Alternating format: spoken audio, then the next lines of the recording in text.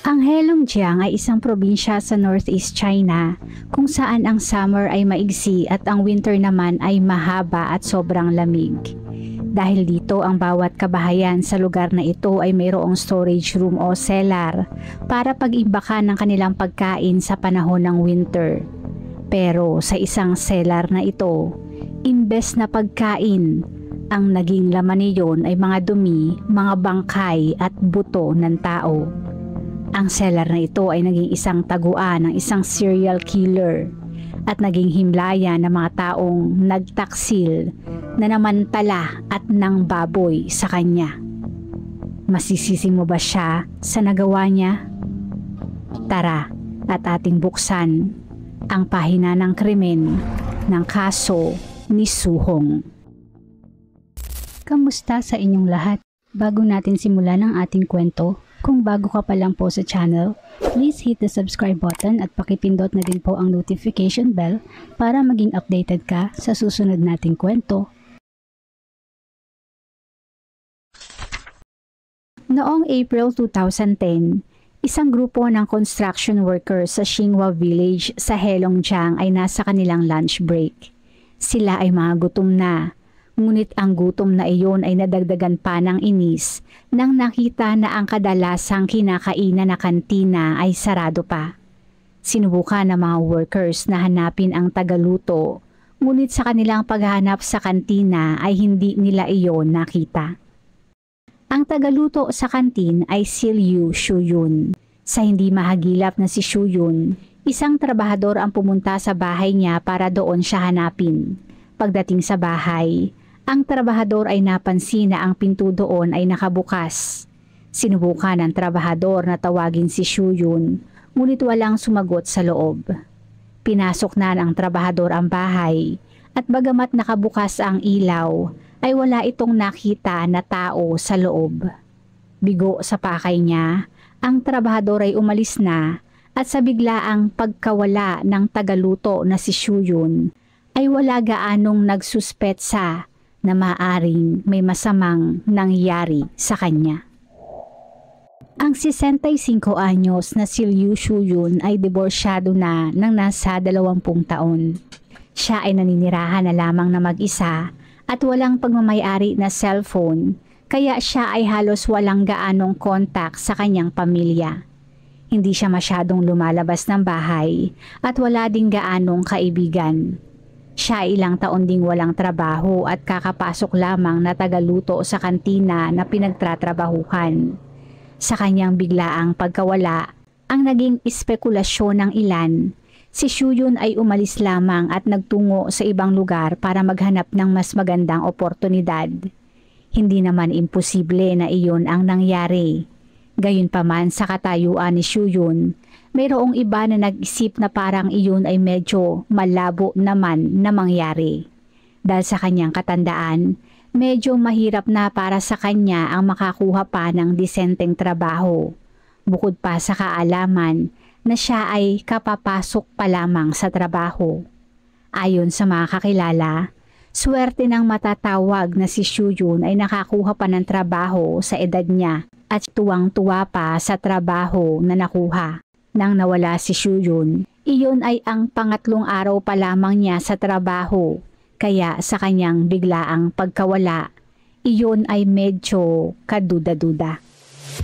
Sa pagkawala na ito, ang isang kapatid ni Shuyun na si Liu Laoliu ay sinubukan na hanapin ang kapatid. Sinubukan ni Laoliu na hanapin si Shuyun sa mga lugar na madalas nitong puntahan, ngunit bigo na iyon ay matagpuan.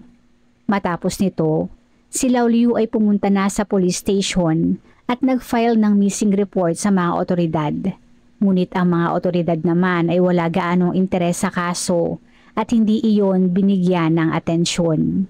Matapos ng 2 araw, April 29, ilang mga kaibigan ang pumunta naman sa bahay ni Laoliu para sa isang pagkikita. At nang nakarating ang mga iyon sa bahay niya, ay wala silang nadatnan na sino man sa kabahayan. Pagpasok ng mga kaibigan sa bahay, ang mga ilaw doon ay nakabukas, ngunit sa kanilang paghahanap ay walang Laoliu na sumagot sa kanilang tawag. Sinubukan nila na tawagan naman ang cellphone nito, Ngunit ang cellphone naman ni Lao Liu ay hindi nakabukas, na medyo hindi nila inaasahan dahil si Lao ay never na nag-turn off ng kanyang cellphone. Sa biglaan ding pagkawala na ito, si Lao ay inireport din ng kanyang pamilya na missing at ito ang naging simula ng isang investigasyon kung saan ang naging resulta ay talagang nakagugulat at isang malaking revelasyon. Sa nangyaring pagkawala ng unang kapatid na si Xu Yun, ang inisip lamang ng karamihan na ito ay umalis lamang para maghanap ng mas magandang trabaho. Pero nang bigla ding naglaho ang kapatid nito na si Lao Liu, hindi na naiwasan pa na magkaroon ng suspisyon. Mayo 7, 10 araw matapos ng unang pagkawala, nang ang investigasyon ng mga otoridad ay opisyal nang nagsimula. Ang 46 anyos na si Liu Lao Liu, taliwas sa kanyang kapatid na si Xu Yun, ay mas involved sa kanilang komunidad. Siya ay sociable at maraming mga kaibigan. Siya ay mayroon ding cellphone na madalas na gamitin. Kaya ang ginawang simula sa investigasyon ng mga otoridad ay ang pag-check ng phone records ni Lao Liu. Sa nakuhang record, si Lao Liu ay madalas na gamitin ang kanyang cellphone sa pagtawag at ang lahat ng iyon ay nahinto sa araw na siya ay bigla na lamang nawala. Sa mga tawag na ito, isang numero ang naging interesado ang mga otoridad dahil ang numero na iyon ay tinawagan ni Lao Liu ng 2 beses noong Abril 29, ang araw kung kailan siya nawala. At ang numero na iyon ay pagmamayari ng isang nagngangalang Su Hong. Si Su Hong ay isang doktor sa kanilang komunidad at nagmamayari ng isang klinik sa kanilang village.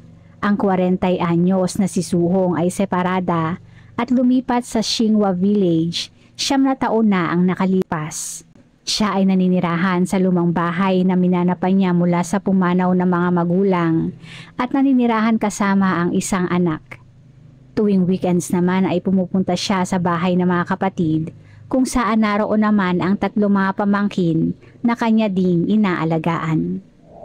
Sa nakuhang impormasyon ng mga otoridad, si Su Hong ay kanilang pinuntahan sa bahay nito para questionin. Ayon kay Su Hong, noon lamang nakaraang taon, siya ay nanghiram ng pera kay Shumi na nagkakahalaga ng 5,000 yuan at kay Lao Liu naman na nagkakahalaga ng 10,000 yuan para sa pagpapagamot ng kanyang pamangkin. Nang questionin sa nakuhang call record, ayon kay Su Hong, siya ay tumawag ng araw na yon kay Lao Liu para papuntahin ito sa kanyang bahay para iabot ang bayad sa nasabing utang. Na ayon pa kay Su Hong ay hindi na niya nakita pa matapos nun.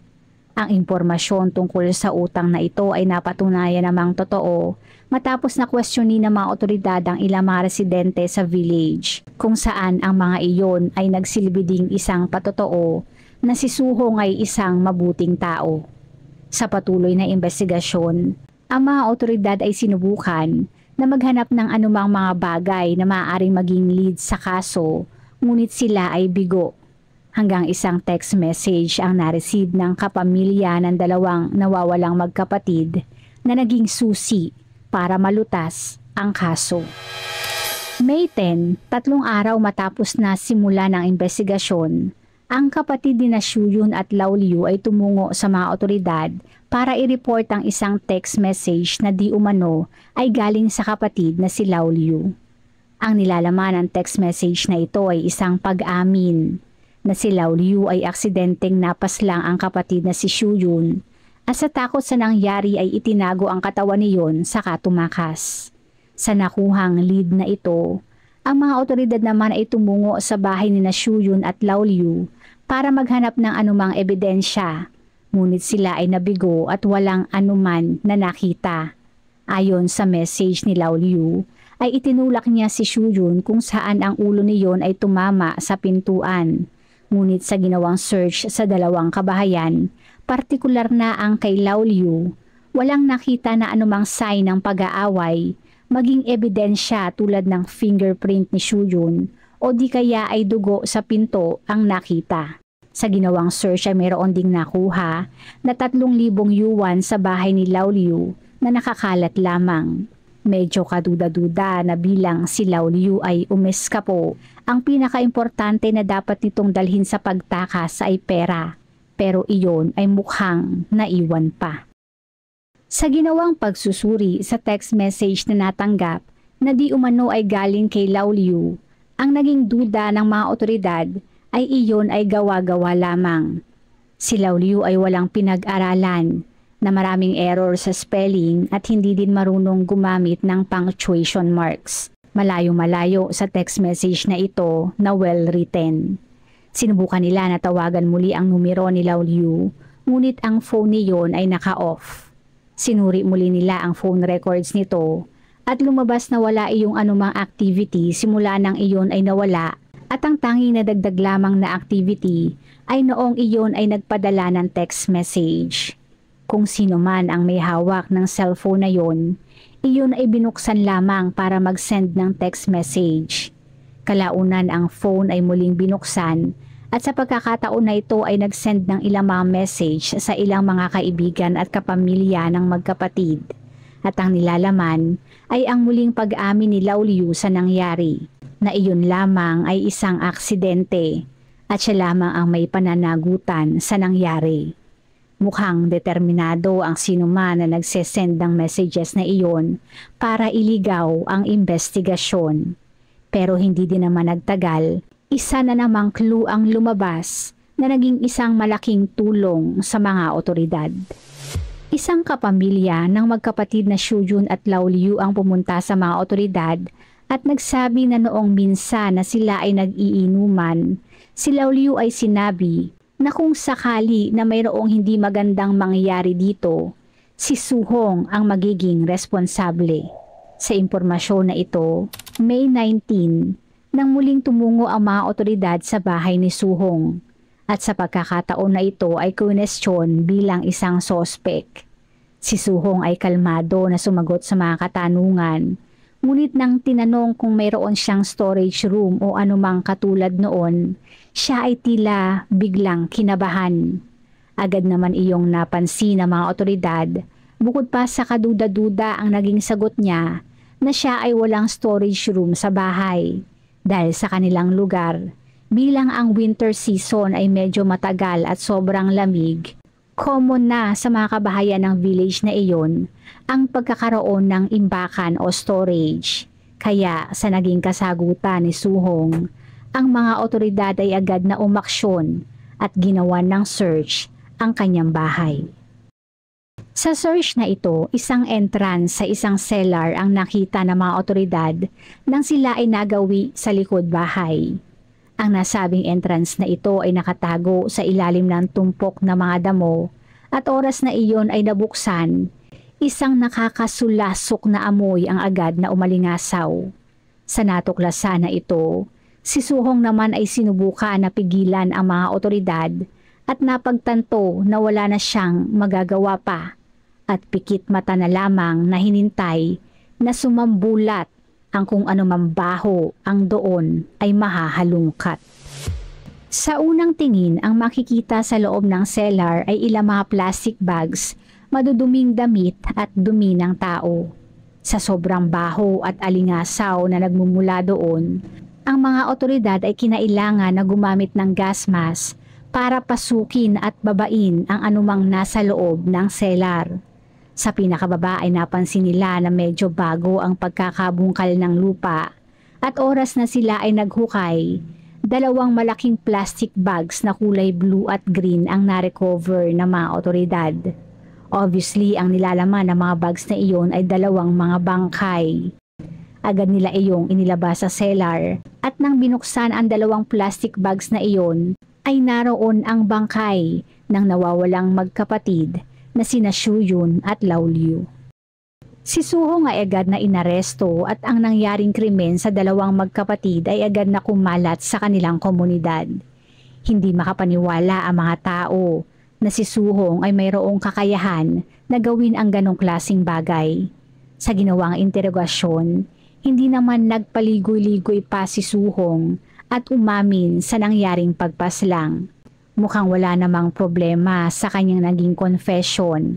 Pero ang mga otoridad sa nakitang kalagayan ng seller ni Suhong, sila ay medyo may pagdududa pa dahil kung titingnan ang timeline, ang pagtago ng bangkay ng magkapatid ay medyo recent o bago lamang. Pero ang kalagayan ng naabutan nilang seller ay medyo luma na at matagal nang inabandona. Maaari kaya na mayroon pang nakatago doon? Hindi naman sila nagkamali ng inisip dahil habang ang mga officers ay patuloy sa kanilang search sa cellar para sa anumang ebidensya o murder weapon, sila ay nakahukay ng isang human skeleton. Kaninong skeleton ang natagpuan na ito? At ano ang nangyari sa magkapatid na Shuyon at Lao Liu? Si Suhong ay ipinanganak noong 1970 sa Ning'an City sa North China at mayroong nakababatang mga kapatid. Siya ay nag-aral ng medicine at nang nakatapos ay nagtayo ng isang maliit na klinik sa Xinghua Village. Taong 1994 nang ikinasal siya sa kanyang high school boyfriend kung saan naging tutol ang kanyang pamilya dahil isinuko niya ang kanyang karir para dito. Matapos ng kasal, sila ng kanyang asawa ay nanirahan sa ibang village kung saan nagsimula ang kanyang kalbaryo. Hindi din nagtagal, ang lalaki na kanyang pinakasalan ay agad na nangaliwa. Sinubukan ni Suhong na makipagdiborsyo na lamang, ngunit naging tutol pa din doon ang kanyang mga magulang dahil sa kanilang maliit na village. Ang diborsyo ay isang napakalaking issue na maaaring sumira sa reputasyon o kinabukasan ni Suhong. Kalaunan ang dalawa ay nagkaanak kung saan si Suhong ay umasa na magbabago ang asawa at ang anak na iyon ang magsasalba sa kanilang pagsasama.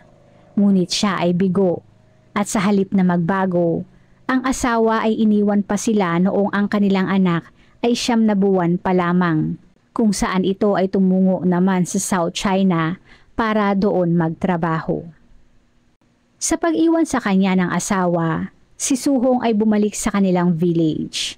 Bilang ang kanyang asawa ay nasa kabilang panig ng China at ni Singko ay hindi nagpapadala sa kanya, kailangan niya na magkaroon ng pagkukuna ng pera. Kaya sa muling pagbalik sa dating village ay nireopen niya muli ang kanyang klinik. Sa paglipat na ito ay nadagdagan din ang kanyang isipin.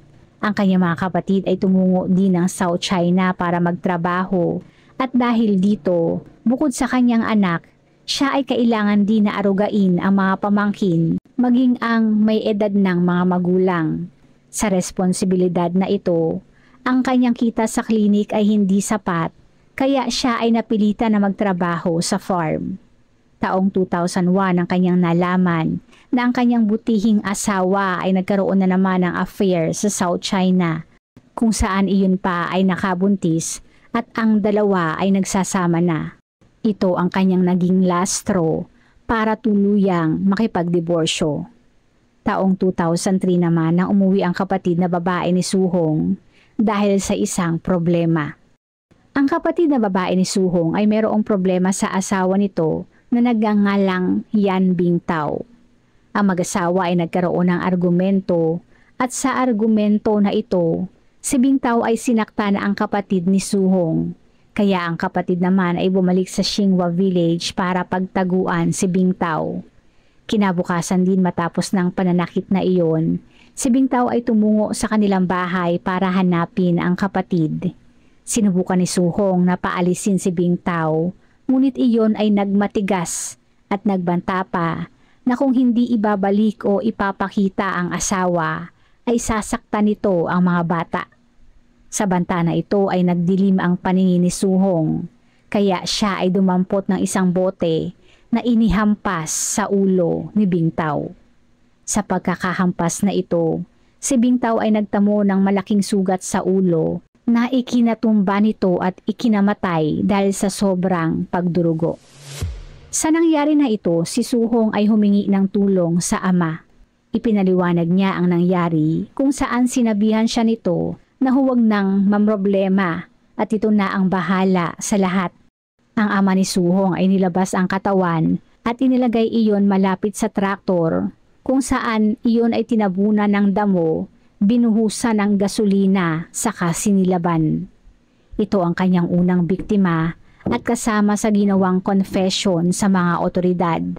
Ayon kay Suhong, hindi na niya alam ang nangyari sa labi ni Bingtaw dahil ang kanyang ama na ang nag-asikaso sa lahat para maiwasan ang anumang suspisyon sa biglaang pagkawala ni Bingtaw. Ginamit ni Suhong ang phone nito at nag-send ng text message sa pamilya nito na ang nilalaman ay pumunta ito sa South China para magtrabaho at uuwi na lamang kapag nakaipon na ng sapat na pera. Ang message na ito ay pinaniwalaan naman ng pamilya ni Bingtaw kaya never na inireport ng mga iyon ang biglaang pagkawala nito. Si Suhong at ang ama ay never nang pinag-usapan pa ang nangyaring krimen at ang kapatid na babae naman ni Suhong ay tuwang-tuwa sa sinasabing pag-alis ni Bingtaw. Taong 2005, ang asawa naman ng kapatid na lalaki ni Suhong ay bumalik na din sa kanilang village nang natapos ang contract nito sa trabaho. Si Suhong ay natuwa sa pag-uwi na ito dahil siya kahit papaano ay mababawasan ng trabaho. Si Suhong ang nag-aalaga ng 2 anak ng nakababatang kapatid na lalaki kung saan siya ay binibigyan naman ng kapatid ng pera para pang suporta at panggasto sa mga pangangailangan ng mga anak nito. Sa una, ayos naman ang relasyon ni Suhong sa kanyang sister-in-law na si Lee Sheying. Ngunit iyon ay nagbago nang minsan ay nadatna ng kanilang ina si Sheying sa kanilang bahay na mayroong ibang kasiping. Sa affair ng sister-in-law, sinubukan ng pamilya na iyon na lamang ay palampasin dahil makasisira iyon sa kanilang pangalan. Gayunpaman para kay Suhong naman, iyon ay walang kapatawaran. Higit lalo dahil iyon ay kanyang pinagdaanan. Ang pagkamuhi na ito ay nadagdagan pa nang si Sheying ay hiningi kay Suhong ang mga pera na ipinadala ng kapatid niya. Ayon kay Sheying, kailangan niya ng pera para sa paghahanap ng trabaho, ngunit si Suhong ay wala namang maibigay dahil halos walang natitira doon. Sinabi ni Suhong kay Sheying na ang pera ay napupunta sa panggastos nila sa kanilang pangailangan tulad ng pagkain at mga bayarin sa eskwelahan. Ang sinabi na ito ni Suhong ay hindi naman pinaniwalaan ni Sheying at sinabihan si Suhong na isang sakim at iyon ay lubos niyang ikinagalit. Si Suhong ay isinakripisyo ang sarili para sa kapakanan ng kanyang pamilya. Para kumita ng pera ay pinagsabay niya ang pagtatrabaho sa farm at sa kanyang clinic. Bukod sa kanyang anak ay inaalagaan niya din ang mga anak ng mga kapatid niya. Idagdag mo pa dyan na sa kanya din nakaasa ang pag-aalaga sa kanilang may edad ng mga magulang. Para sabihan na greedy ng isang babaeng hindi naman nag-alaga ng sariling mga anak nito, kasama pa ang pagtataksil nito sa kanyang nakababatang kapatid, ang nagdala sa kanya sa rurok ng galit. Isang gabi habang ang mga magulang ay nasa labas pa, habang natutulog ang sister-in-law na si Sheying, si Suhong ay kumuha ng tali na ipinalupot sa leeg nito. Sa pagkakataon na ito, ay hindi na siya humingi ng tulong sa ama at mag-isang inilagay sa kanilang cellar ang katawan ni Sheying. Ito ang nakuhang buto ng mga otoridad at ang krimen na ito ay inamin din ni Suhong matapos ng 2 araw na interogasyon. Katulad ng nauna, para maiwasan ang anumang aberya, si Suhong ay gumawa naman ng isang letra at inilagay iyon sa bahay ng pamilya ni Sheying. Ang nilalaman ng sulat, si Sheying ay umalis sa kanilang village para sa isang trabaho at nagbilin din na huwag na itong hanapin pa dahil gusto nitong lumigaya kasama ng lalaki na sinamahan. Ang sirkumstansya sa pagkawala ni Sheying ay umayon sa pagkakataon dahil sa kanilang village na yon, halos alam ng lahat ang naging affair nito. Kaya karamihan ay inisip na lamang na si Sheying ay umalis para sumama sa lalaki nito. Sa itinagong katawan sa cellar, higit sa alingasaw na nagmumula doon, si Suhong ay nagtapon doon ng mga basura at kalaunan ay mga dumi. taong 2006 nang pumanaw ang kanyang ina at 2008 naman nang pumanaw ang kanyang ama. Sa pagpanaw ng ama na ito, ang kaalaman sa labi ng kanyang unang biktima na si Bingtaw ay isinama na niyon sa hukay. Sa mga sumunod na taon, si Suhong ay mag-isang inalagaan ang kanyang anak at 3 mga pamangkin. Halos ang lahat ng kanyang oras ay napunta sa pagtatrabaho sa farm, kaya siya ay napilita na isarado na muna ang kanyang clinic at nanggamot na lamang privately at illegally. Ang kanyang mga kapatid ay nagpapadala naman ng pera bilang suporta, gayunpaman hindi iyon sapat para sa kanilang pangkalahatang gastusin. Ang kanyang sitwasyon ay mas lumala pa nang nagkasakit ang isa sa mga bata.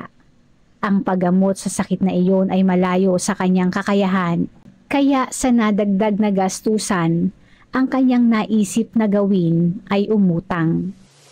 Sa kanyang desperasyon, si Suhong ay umutang kay Shuyun. Sa pagsingil ng utang na ito, si Shuyun ay sinabi na kung wala siyang pera na pambayad, bilang isang babae ay meron pang ibang paraan para siya ay makabayad. Si Suhong sa kanyang desperasyon ay pumayag sa kondisyon na iyon at sa tuwing singilan ay pikit mata na lamang sa anumang kahayupan. Isang gabi sa isang paniningil, si Shuyun ay pumunta sa bahay ni Suhong kasama naman ang nakababatang kapatid na si Lao Liu. Ayon kay Shuyun, si Lao Liu ay nagbigay din ng pera sa ipinautang sa kanya, kaya kailangan din niya na iyon ay bayaran. Sa naging setup na ito, hindi na iyon nakayanan pa ni Suhong, kaya siya ay nag-isip ng paraan para ang utang ay mabayaran. April 22, si Shuyun ay sinasabing nagkaroon ng karelasyon at ayon sa bali-balita ay handang pakasalan ang babae. Para sa kasal na ito, si Shuyun ay nagdesisyon na tigilan na ang pananamantala kay Suhong sa kondisyon na kailangan na nitong bayaran ang buong halaga ng utang na may kasamang interes. Sa sinabi na ito, April 26 naman, nang pinapunta ni Suhong si Shuyun sa kanyang bahay para tapusin na ang nasabing utang. Si Shuyun dala ng katandaan ay medyo hindi naayos pa ang performance, kaya ito ang naging paraan ni Suhong para tapusin na ang utang. Sa sumunod na pagpunta nito, si Suhong ay binigyan ng pil si Shuyun at sinabi na iyon ay Viagra. Ang pil na iyon ay actually pangpatulog at oras na si Shuyun ay nakatulog, katulad ng ginawa niya sa kanyang sister-in-law, si Suhong ay kumuha ng tali na ipinulupot sa leeg ni Shuyun. Matapos nito ay inilagay niya ang katawan sa plastic at itinapon iyon sa cellar. Nang sumunod na araw, ay tinawagan niya naman ang nakababatang kapatid nito na si Lao Liu at pinapunta sa kanyang bahay. Sa pagkakataon na ito, si Suhong ay nagdurog ng pangpatulog at tinunaw iyon sa isang basong tubig na ininom naman ni Lao Liu. Saka ang ginawa kay Shuyun oras na iyon ay nakatulog. Sa loob ng mga sumunod na araw ay nagtapon si Suhong ng mga basura para tabunan ang amoy ng dekomposisyon. Ang dalawang magkapatid ay inireport na missing at matapos na questionin sa unang pagkakataon ng mga otoridad ay saka siya nag-send na mga messages galing sa phone ni Lao Liu. Ang text messages na ito ay nagdala ng malaking pagdududa, dahilan para siya ay muling questionin ng mga otoridad sa pangalawang pagkakataon kung saan nakita ang nilalaman ng kanyang cellar. January 2011, si Suhong ay humarap na sa kanyang trial kung saan siya ay napatunayan na guilty. Hindi na siya nag-effort pa na depensahan ang sarili at umamin sa lahat ng nagawang kasalanan. Ayon kay Suhong, mas gusto pa niyang mamatay kaysa mabuhay at makita ang mga tao na may kaalaman sa kanyang ginawa. Kaya siya ay nag-request na ipataw sa kanya ang death penalty. Sa huli, siya ay nasentensyahan nga ng kamatayan at noong February 10, 2012 nang kanyang hinarap ang parusang kamatayan. Nang nalaman ng publiko ang istorya ni Suhong, karamihan ng mga tao ay nakaramdam ng simpatya para sa kanya.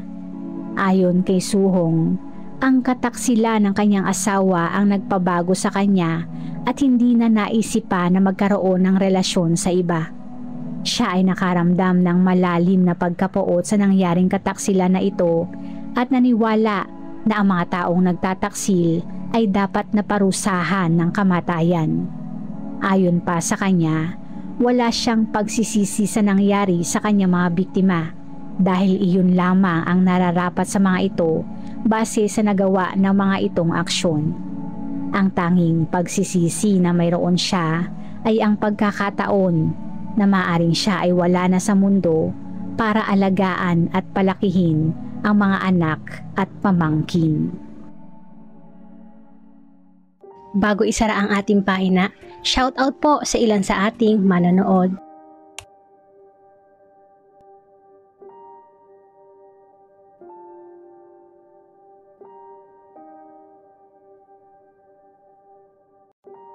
Salamat po!